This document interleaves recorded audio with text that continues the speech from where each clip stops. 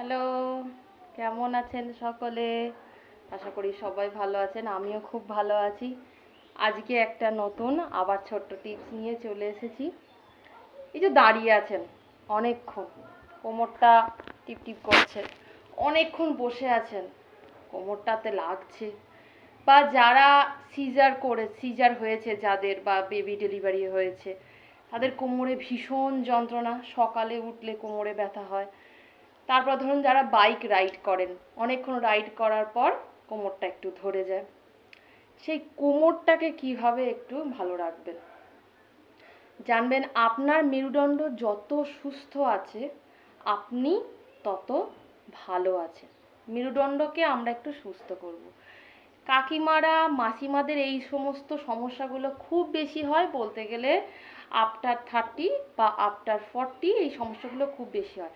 তারা একটু কুটকাচালি না করে, হয়তো একটু শুনলে রাগ করবেন, কিন্তু এটা কিন্তু হয়। কুটকাচালি বলতে গেলে এর নামে ওর নামে পরনিন্দা পরচর্চা না করে, কার ঘরে বউ এলো কার ঘরে বউ এলো না, কে কী খেলো কে কী পড়লো না করে, চলুন 4টে জিনিস আমরা মুখস্থ করি।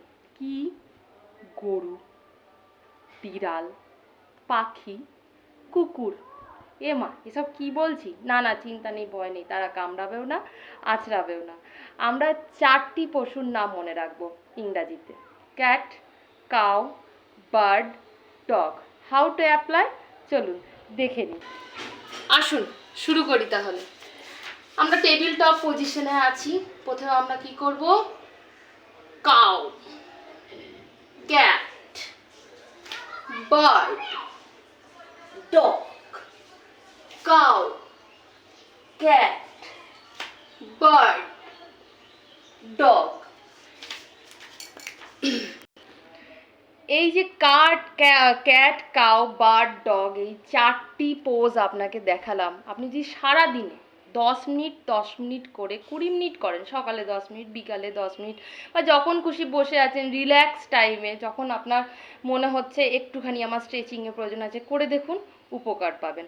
অন্তত বাইরের জগতে মানুষের সাথে বেশি ইন্টারাকশান করার থেকে আমার মনে হয় নিজেকে বিল্ড আপ করা ভালো। অবশ্যই ইন্টারাকশান করা ভালো, কিন্তু মানুষ এখন ভালোভাবে ইন্টারাকশান করে না।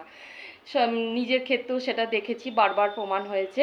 তো এইভাবে নিজেকে একটু ভালো রাখুন, দেখুন ভালো থাকবেন, সুস্থ থাকবেন, ভালো থাকবেন। টাটা।